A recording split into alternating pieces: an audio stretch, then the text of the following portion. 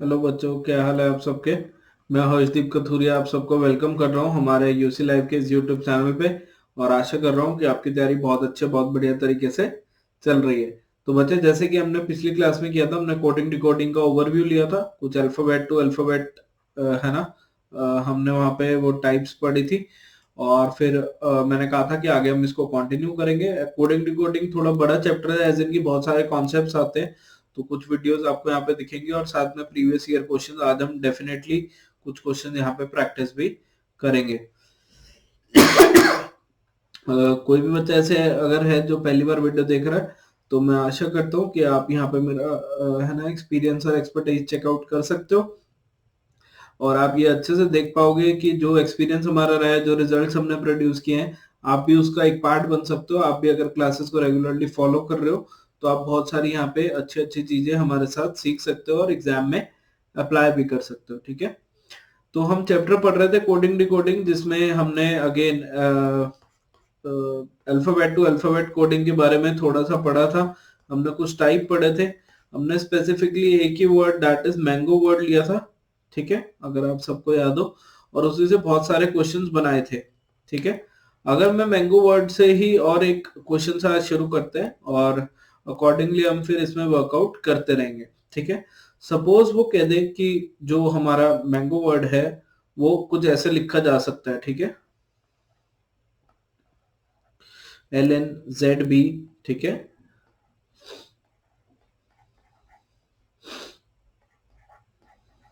ठीक है।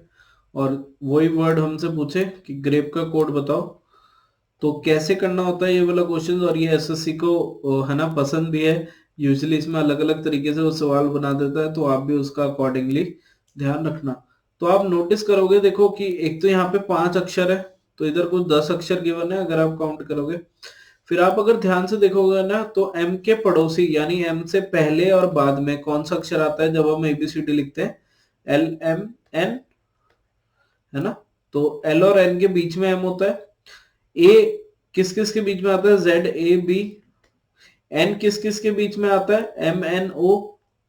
तो जो इनके पेयर्स हैं यानी जो इनके पड़ोसी हैं वो लिखे हुए हैं। जी जैसे FGH के बीच में, F और H के बीच में आता है, एंड सो ऑन। तो ON और P के बीच में आता है। तो यहाँ पे क्या हो रहा है कि जो भी नेबर्स हैं, जो भी पड़ोसी हैं उस अक्षर के, वो गिवन है। तो बेटा जी के नेबर्स क्या होंगे? जी तो हमने ऊपर भी पढ़ा, तो F और H, है ना। आर से पहले क्यू, आर के बाद एस, तो क्यू और एस, है ना। ए भी हम ऊपर पढ़ चुके हैं, दैट इज जेड और बी। ठीक है। पी से पहले ओ, बाद में क्यू, तो ओ क्यू। और ई से पहले डी और बाद में एफ। ठीक है। और ये लाइन अगर मैं आपको समझ आ गया, ये हटा दूं, तो ये आपका कोड आराम से समझ में आ जाएगा और ये आपका आंसर होगा। ठीक है। ये टाइप एसएससी ने इस साल सीजीएल में भी दिया। कई बारी वो कुछ ऑल्टरनेट में प्लस करता है, बाकी सेम रहता है, तो आप अकॉर्डिंगली उसको मेरे ख्याल से मैनेज कर लोगे, कोई ऐसे टेंशन वाली बात नहीं है। ठीक है। नेक्स्ट जो टाइप है और जो यूजुअली रिपीट होती है, उसमें क्या है, मैं एक तो यहाँ पे थोड़ा सा वर्ड को अभी बड़ा कर देता हूँ। ठीक है। बड़ा एज इन की लेंथ वाइज। ठीक है। तो वो क्या कहता है कि मैंगोज का कोड अगर हमने बनाना है, तो हमने कुछ है ना अलग अलग तरीके से बना सकते हैं, बट कुछ इस प्रकार से बना दिया। ठीक है। और अब मैं कहूं कि सपोज करो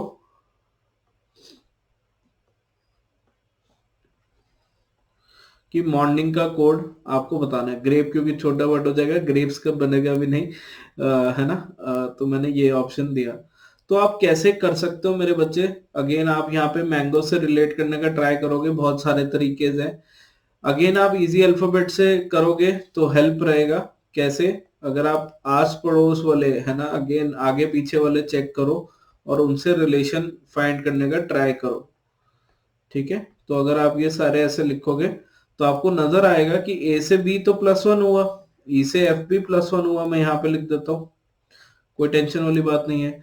अब एम से ओ जाना है +2, एन से एन नहीं रह रहा, तो ये चेक करो एन से ओ और एम से एन, क्या ये भी +1 हुआ? और ये दो आपस में ऐसे ग्रुप्स बन गए, एक ग्रुप ऐसे और एक ग्रुप अब यहां से चेक करो, एस से टी, ओ से पी, तो यहाँ भी सब में +1 हो रहा है, और क्या हो रहा है, इनका ऑर्डर चेंज हो जा रहा है। अब जो बीच वाला शब्द है ना, बीच वाला जो अक्षर है, उसमें नहीं कुछ भी प्लस हो रहा, उसमें माइनस हो रहा है, 7 से 6। अब यहाँ पे कई बार माइनस हो जाता है, कई बार रिवर्स कोड यूज कर देता है, कई बार +4 कर देगा। इस चीज का ध्यान रखना। अगेन करना कैसे है, इजी अल्फाबेट को पहले देखो कि ए से बी को रिलेट कर लिया, ई से एफ को रिलेट कर लिया। जब भी कुछ चीज नहीं समझ में आ रही तो ये हेल्प करेगी, नहीं तो नंबर लिख के तो आगे पीछे आप देख सकते ही हो। तो मॉर्निंग को अगर मुझे करना है तो पहले मुझे इसके 2 टुकड़े करने पड़ेंगे, ठीक है। R+1 S, O+1 P, M+1 N, ठीक है। N में से एक घटाना है, इसे बाद में करते हैं। G से H, N से O और I से J, और ये बीच वाला बेटे -1, पहले इनको हम +1 लिख लेते हैं, है ना, ताकि ये क्लियर हो जाए। और बीच वाला हमारा -1। एक सेकेंड, अरे क्लिक क्यों नहीं हो रहा भाई, एक सेकेंड रुको, ठीक है। ये मुझे लग रहा है नाराज हो गया थोड़ा सा कि हमें यूज क्यों नहीं किया तुमसे, ठीक है। तो ये 14 से -1 करेंगे 13, तो ये आपका आंसर अकॉर्डिंगली आ जाएगा, ठीक है, आसान है। नेक्स्ट, अगर अब मैं बात करूं अल्फाबेट से नंबर की, तो मेरे ख्याल से एक बहुत इजी अगर सवाल हमने करना है कि मैंगो का कोड जी ये है, ठीक है, तो मेरे ख्याल से आप ये चुटकियों में कर लोगे। एमटीएस वगैरह एग्जाम्स में ये बहुत कॉमन है ना सवाल था, 1-2 साल पहले तो बहुत बार आया, आज हम शायद इसका टाइप भी देखेंगे। ये तो अब आपको चुटकियों में पता होना चाहिए, ठीक है। जिस भी बच्चे ने इससे पहले एक क्लास इसी टॉपिक की थी, उससे पहले रोल ऑफ अल्फाबेट की क्लास थी, कृपया करके वो अच्छे से चेकआउट कर लो, काफी अच्छा लगेगा अगर आप अच्छे से उसे देख लोगे, ठीक है। तो आपको नजर आएगा कि एम का नंबर 13, ये 1, 14, 7 और ये हमारा 15, और यहाँ बस ये वो नंबर ही लिखे गए हैं, ठीक है, यहाँ पे वो नंबर ही लिखा गया है सेम टू सेम। तो बस हमारा आंसर क्या क्या हो जाएगा, 7, 18, 1, 16, 5। तो ये आपका आंसर हो गया, बस इतने से आपको वहां पे करना था, ठीक है। तो ये सबसे इजी टाइप का नंबर्स आ सकता है जो आप इजीली इजीली शायद यहाँ पे कर पाओगे, ठीक है। चलो चले ना आगे। अगर वो नेक्स्ट में इजी टाइप पे जाओ, ठीक है, तो वो कैसे कह सकता है कि सपोज करो मैंगो का कोड है 50, ठीक है, तो ग्रेप का कोड क्या होगा, ठीक है मेरे बच्चे। अब मैंगो का कोड 50, तो यहाँ पे 2-3 चीजें आपको देखनी पड़ेंगी। ये ऐसे भी हो सकता है कि इसमें टोटल अक्षर है 5, तो 5 गुना 10 कर दिया तो 50 आंसर आ गया। इतना इजी भी सवाल आ सकता है, मतलब वो कई बार सवाल ऐसे भी आ जाता है कि मैंगो में 5 है जी, तो शी में बताओ कितना होगा, तो आप कहोगे इसमें 3 अक्षर है तो 3 आंसर हो गया। बट पहले ट्राई करना कि आप इसमें बाकी चीजें भी चेकआउट कर लो, क्या पता 50 ऑप्शन में ही ना हो, आप जो सोच रहे हो कि यहाँ पे सिंपली मल्टीप्लाई बाय 10 कर देंगे। तो उसके पीछे क्या रीजन होगा मेरे बच्चे, अगर मैं इनके नंबर लिखूं 13, 1, 14, 7 और 15, अगर मैं इन सबको जोड़ूं, ठीक है, तो एक बार बताओ, 13 और 1 14, 14 14 28, 28 और 7 35 और 15, तो 50 आया, यानी सम ऑफ ऑल द अल्फाबेट्स इसने किया। अब ग्रेप का क्या हो जाएगा, 7, 18, 1, 16 और 5, यानी 7 + 18 + 1 + 16 और 5, तो ये बेटे हमारा कितना बन गया, 7 और 18 25, 1 26, 42 और 47, तो इसका करेक्ट आंसर हो गया 47। आई नो बहुत इजी टाइप है, आपको ये सब कुछ आता है, बट अगली टाइप समझने के लिए ये समझना बहुत ज्यादा जरूरी है, क्योंकि इसको अकॉर्डिंगली हमें सीखना पड़ेगा। अभी मैं यहीं के एक और सवाल आपको समझा रहा हूँ, क्योंकि ये डिटेल्ड कोर्स के साथ साथ ओवरव्यू में आपको दे रहा हूँ। डिटेल्ड कोर्स में क्या होता है, एक ही टाइम हम करें, फिर उसके 3-4 क्वेश्चन करें, फिर वो करें। यहाँ मैं एक ओवरव्यू दे रहा हूँ क्योंकि शॉर्ट वीडियोस है, आपकी तैयारी एकदम से परफेक्ट हो जाए जल्दी से, यहाँ पे उद्देश्य ये है। तो आप मेक श्योर करो कि उससे अच्छे से सीखो, सेशंस अगेन अच्छा लग रहा है तो लाइक शेयर तो करना ही है, और हमको बताते भी रहो जो भी आपका फीडबैक जैसे भी आपको लग रहा है, तो हम उस पर और वर्कआउट करते रहेंगे, ठीक है। सेम सवाल ये ऐसे भी आ सकता है कि मैंगो का कोड बताओ कितना है 50, और ग्रेप का कोड बताओ कितना है, ठीक है।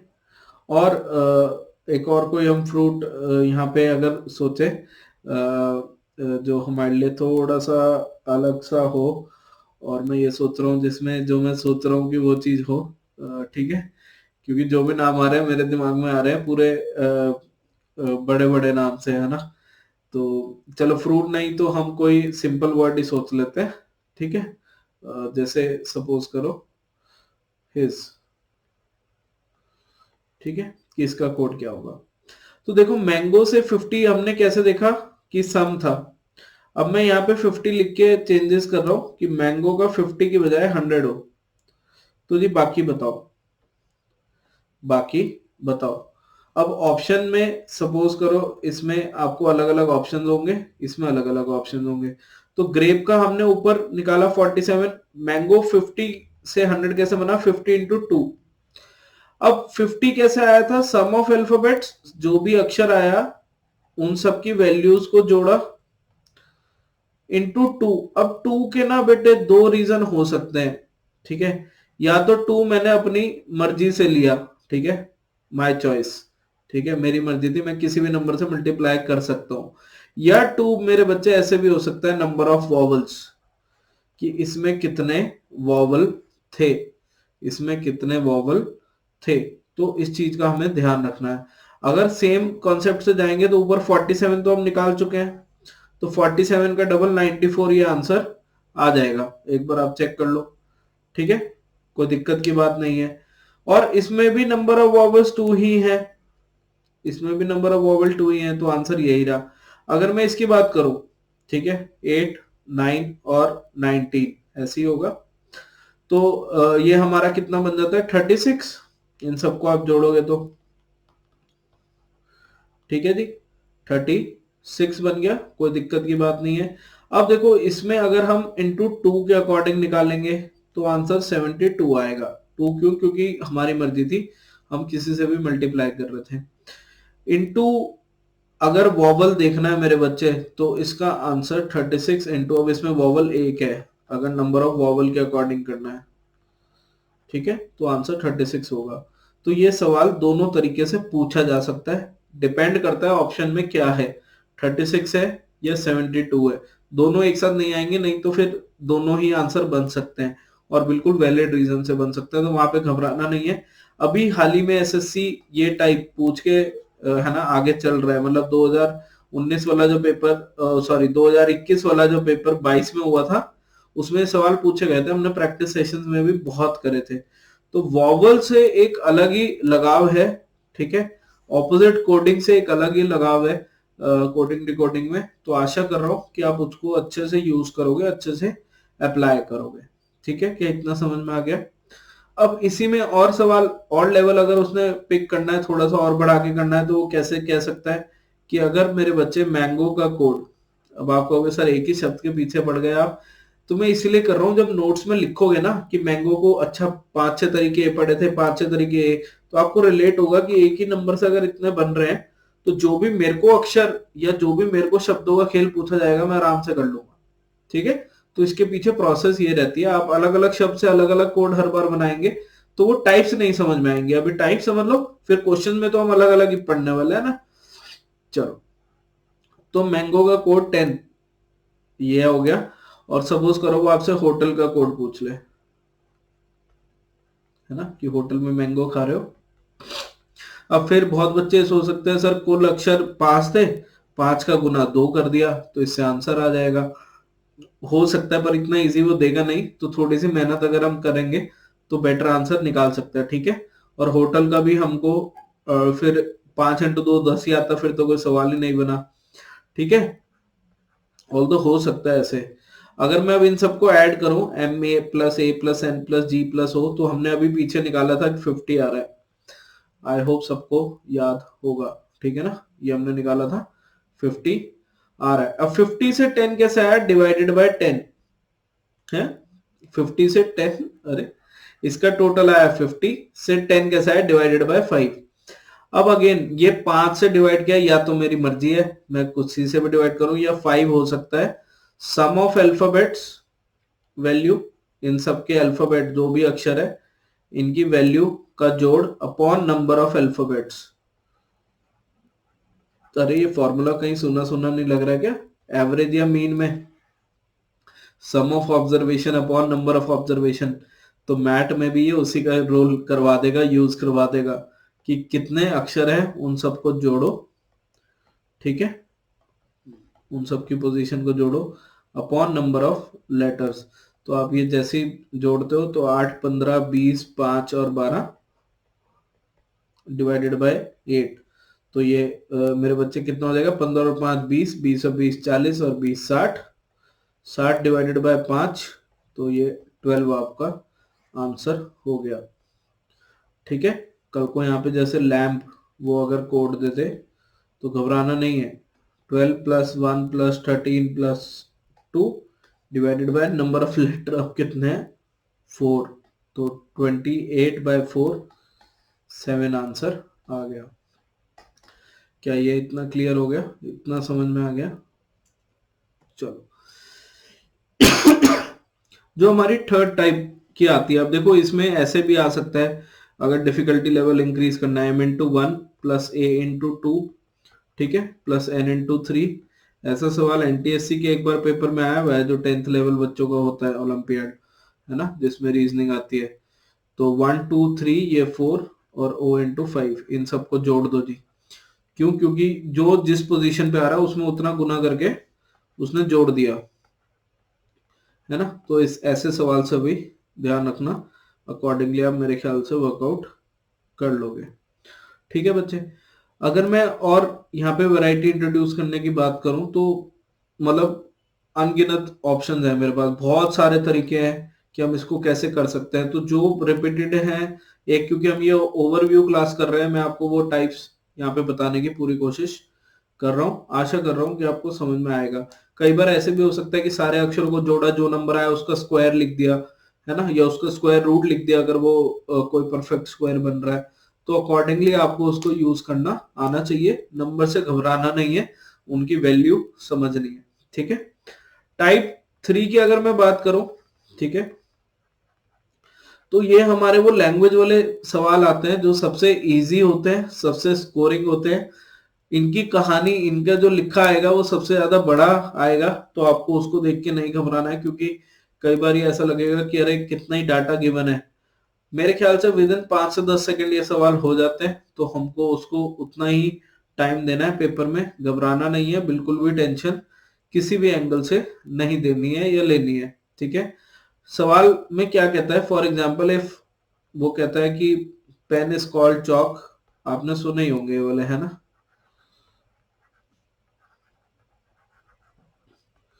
ठीक है ना, कि पेन को हम क्या बुला रहे हैं, एक चॉक बुला रहे हैं किसी भाषा में।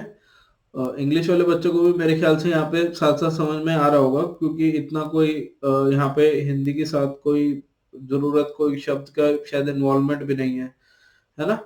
चॉक इज कॉल्ड डस्टर, ठीक है, डस्टर इज कॉल्ड टेबल, ऐसे ही आएगा क्वेश्चन। ठीक है, व्हाट इज यूज्ड, क्या चीज हम यूज करते हैं, to write on black board, to write on black board, जो आपके स्कूल्स में होता है या कुछ क्लासेस में अभी आप देखते हो, है ना, वो ब्लैक बोर्ड पे लिखने के लिए क्या चाहिए। तो अब देखो ये सवाल को करने का ट्रिक क्या है कि सबसे पहले क्या सवाल है वो पढ़ लो, क्योंकि जो इसका आंसर होगा ना वो 99% चांसेस है, बिना ये डाटा आंसर किए, जो इसका सच्चा आंसर होगा, ट्रू आंसर होगा, है ना, जो सच आंसर होगा, ठीक है, वो आपको ऐसे ही आता होगा। तो जैसे मैंने ऊपर का कुछ नहीं पढ़ा, मैंने ये पढ़ा what is used to write on black board, कि ब्लैक बोर्ड पे लिखने के लिए क्या चाहिए जी, चौक चाहिए। ठीक है, अब पढ़ो कि हमें गिवन क्या है, चौक इज कॉल्ड डस्टर, कि चौक को हम क्या बुला रहे हैं, डस्टर बुला रहे हैं। तो चौक आंसर नहीं होगा, चौक असली में चाहिए, पर हम यहाँ पे क्या बोल रहे हैं, डस्टर। चौक को क्या बुलाया जा रहा है, डस्टर, तो हमारा आंसर क्या हो जाएगा, डस्टर। ठीक है, अगर ये होता कॉपी में लिखने के लिए क्या चाहिए, तो वैसे तो हमें पेन चाहिए, पर पेन को हम यहाँ क्या बुला रहे हैं, चौक। इस कॉल्ड का मतलब क्या हो गया कि इसको ये बुलाया जाता है कि पेन इज कॉल्ड चौक, कि चाहिए तो पेन, पर हम आवाज क्या मार रहे हैं, अरे चौक इधर आओ। ठीक है, चौक इज कॉल्ड एज डस्टर, चाहिए हमें चौक, पर हम क्या कह रहे हैं, अरे डस्टर इधर आओ। जब मुझे बोर्ड साफ करना है तो डस्टर चाहिए, पर हम उससे क्या बुला रहे हैं, टेबल। और ये कहानी ऐसे ही अलग अलग कोड में अलग अलग नाम से आगे चलती रहेगी। आप बस ये पढ़ लेना कि वहां पे क्या गिवन है, किस चीज का रिलेशन कैसे गिवन है। थोड़ा सा बस ये इंग्लिश का यहाँ पे ध्यान रखना होगा। क्या ये इतना समझ में आता है आपको? ठीक है, इसका जो लैंग्वेज कोडिंग वाले थोड़े से और सवाल है, वो आज मैं क्वेश्चन थोड़ा सा स्किप करा दूंगा, कल वाली क्लास में उसको करेंगे। उसके फिर हम बहुत सारे प्रैक्टिस सेशन में और सवाल भी साथ ही साथ डिस्कस कर लेंगे। अगेन मैं ड्यूरेशन क्लास की 30 to 35 मिनट्स इसलिए लगता हूँ कि शॉर्ट एंड क्रिस्प वीडियोस रहे, आप इतना पढ़ के अच्छे से इसको प्रैक्टिस कर लो, अच्छे से समझ लो। और जिस बुक से आप प्रैक्टिस कर रहे हो या हमारे पीडीएफ से कर रहे हो, तो आप अच्छे से उसे रिलेट कर लोगे। ठीक है, कुछ भी दुख परेशानी अगर लगता है तो आप प्लीज कमेंट में पूछेगा, बताइएगा, एंड हम कोशिश करेंगे कि उसे तुरंत ही आपके लिए सॉल्व कर दें। ठीक है, चले आगे। चलो, ये क्वेश्चन हमने कल कर लिया था। क्वेश्चन नंबर 2 मैंने आपको होमवर्क में दिया था। ठीक है, तो आज हम अल्फाबेट और इसका पढ़ भी चुके हैं काफी, नंबर्स का। तो मेरे ख्याल से आप इसको अभी सही से कर भी लोगे। ठीक है ना, एक सेकंड दीजिएगा, ये पेन को थोड़ा सा शायद इश्यू हो रहा है, इसे सही करते हैं पहले तो। हाँ जी, तो मेड का कोड एक गिवन है, तो देखो एम का कोड मेरे बेटा 13A1D4E5। तो ये मुझे क्लियर दिख रहा है कि 13 से 12 यानी एक कम हुआ है, 1 से 2 यानी एक प्लस हुआ है, फिर डी से 3 फिर एक कम हुआ है ना। तो पहले -1 हुआ, फिर +1 हुआ, फिर -1 हुआ, अब ई में फिर +1 हो रहा है। अब या तो ये ऑल्टरनेटिवली +1 -1 हो रहा है, या ये वॉवल था इस करके +1 हुआ। तो दोनों चीजें माइंड में आनी चाहिए, बाकी हम चेक रख लेंगे, वो ऑप्शन से भी पता लग जाएगा। अब ये देखो कि 2, 1 और 4, तो 2 में -1 करोगे, इसमें +1 करोगे, इसमें -1 करोगे, तो ये आंसर आ गया। अब डेक का आंसर हमको निकालना है बच्चे। तो डेक होता है 4, 5, 3 और 11। अब आप ऑप्शन में देखो कि अगर ऑल्टरनेटिवली भी जाना है चाहे नहीं भी जाना, मैं इसको ऐसे इतना तो लिख सकता हूं। तो 4 + 1 5, क्या ऐसे बन रहा है? नहीं सर, शुरुआत तो माइनस से करनी है, तो फिर अब पहले -1 फिर +1 फिर -1 फिर +1, यानी जो भी डाउट है उसको आप रख के देखोगे ना, ऑप्शन हेल्प कर देगा। तो 4 - 1 3 हो गया, 5 + 1 क्योंकि वॉवल हो चाहे ऑल्टरनेट हो प्लस ही हो रहा है, तो ये आपका 6 हो गया। फिर 3 - 1 तो 2, अब 3 6 2 देखो इसमें है और इसमें है, तो ये दो ऑप्शन तो कैंसिल हो गई। और आखिरी में 11 + 1 यानी 12 चाहिए, और यहाँ पे 12 भी आ रहा है ना। तो ऑल्टरनेट वाला ही सिचुएशन है, वो आराम से -1 +1 लग रहा है। नहीं तो यहाँ पे 2 की बजाय कुछ और आता अगर वॉवल का सिचुएशन होता, है ना। तो वो माइंड में तो आया, बट यहाँ पे अप्लाई ना हुआ, तो इस करके हम इसको सिंपल सा अपना आंसर मार्क कर देंगे बिना किसी टेंशन के। ठीक है, हो जाएगा। चले आगे, चलिए सवाल number 3। If father is 7 daughter 9 distant बताओ। देखो सीपीओ में सवाल आया हुआ है फादर, पहले मैंने कहा अक्षर सबसे पहले चेक कर लो, 1 2 3 4 5 6, तो 6 से 7 यानी 6 + 1 हो गया, जितना अक्षर है उसमें एक ज्यादा। डॉटर में कितने हैं, 1 2 3 4 5 6 7 8, तो 8 + 1 9 होना चाहिए, और यहाँ 9 ही है। कई बार इतना ही आसान सवाल आ जाता है, तो और हम सोच ही जाएंगे कि पहले सम करके डिवाइड कर लें। पहले चेक कर लो, अगर वो अप्लाई हो रहा है हर अक्षर में तो वो सही होगा, है ना। या फिर आंसर गलत ही है, अगर दोनों तरीके से बन रहा है, तो आपको तो निश्चिंत रह के टाइम बचाना है ना। तो डिस्टेंट में 7 अक्षर थे, +1 कर देंगे 8, और ये ऑप्शन में भी है, तो ये सही हो गया।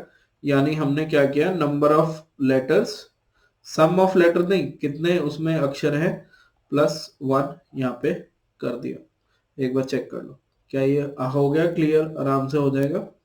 चले आगे, चलिए सवाल नंबर 4। सवाल नंबर 4 में मेरे बच्चे क्या कह रहा है, if an = 14 cat = 60 then bag = अब देखो a का नंबर 1 n का नंबर 14, क्या मैं इन दोनों को गुना करूं, तो ये आ रहा है सी का नंबर 3, ए का नंबर 1, टी का नंबर 20, इन तीनों को मल्टीप्लाई करो तो ये आ रहा है। तो क्या बैक से हमारा ये नहीं आ जाएगा, बी, ई और जी? ठीक है, और यूनिट डिजिट में 0, वैसे 5-70, इसमें टाइम भी कितना ही लग रहा है, तो आप इसको इजीली मार्क कर सकते हो कि ये आपका आंसर आ जाएगा। ठीक है, अब बहुत बच्चों को कई बार ऐसा लगता है कि सर CHSL और CGL में क्या ये हेल्प करेगा? भाई बिल्कुल सिमिलर सवाल आए हुए हैं। आई नो कुछ मुश्किल सवाल भी है, वो यहाँ भी हम करेंगे, प्रैक्टिस सेशन में भी हमने किया था, बट ये चीजें अगर आए तो इसमें आप 10 सेकंड से ऊपर नहीं लगाना चाहोगे, और इसमें भी अगर सोचने लग गए, ABCD देखने लग गए, तो भाई फिर तो बहुत टाइम लग जाएगा। तो एटलीस्ट है ना कि शॉपिंग करने जाते हो बाजार से तो ये जरूर पता होना चाहिए घर में क्या क्या सामान है। अगर कोई चीज ऐसे मतलब क्वेश्चन में टाइम लगा रहे जो ऑलरेडी हुआ है, तो फिर उस चीज का क्या फायदा होगा? जो चीज ऑलरेडी घर में है उसको बाजार में टाइम लगाओगे उस चीज को ढूंढने के लिए, तो कोई फायदा नहीं है ना। तो जो क्वेश्चन आता है, टिप्स पे है, आसान है, उसको जल्दी करना आना चाहिए, बहुत जरूरी है। जो बहुत बच्चे मिस करते हैं ये सोच के कि अरे ये तो हम कर ही लेंगे, और ये गलती वो कर देते हैं, तो वो गलती आप मत कीजिएगा।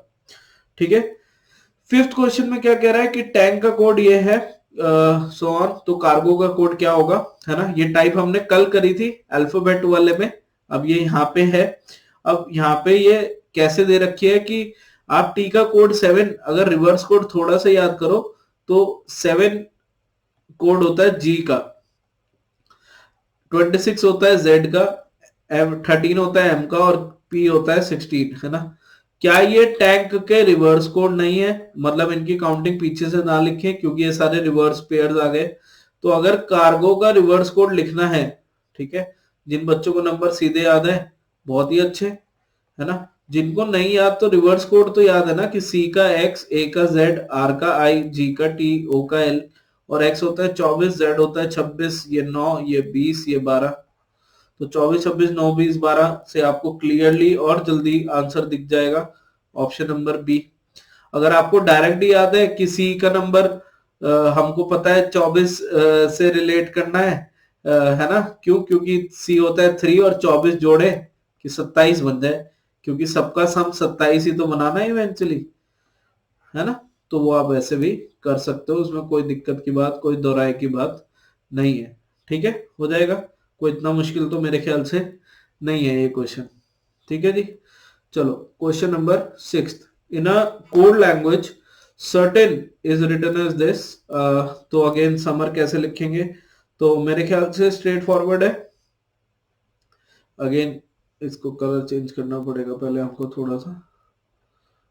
ठीक है, तो ये कॉन्सेप्ट आपके बनाने के लिए जो भी नए बच्चे हैं, मेरे ख्याल से आपके लिए काफी अच्छा ये हेल्प करेगा।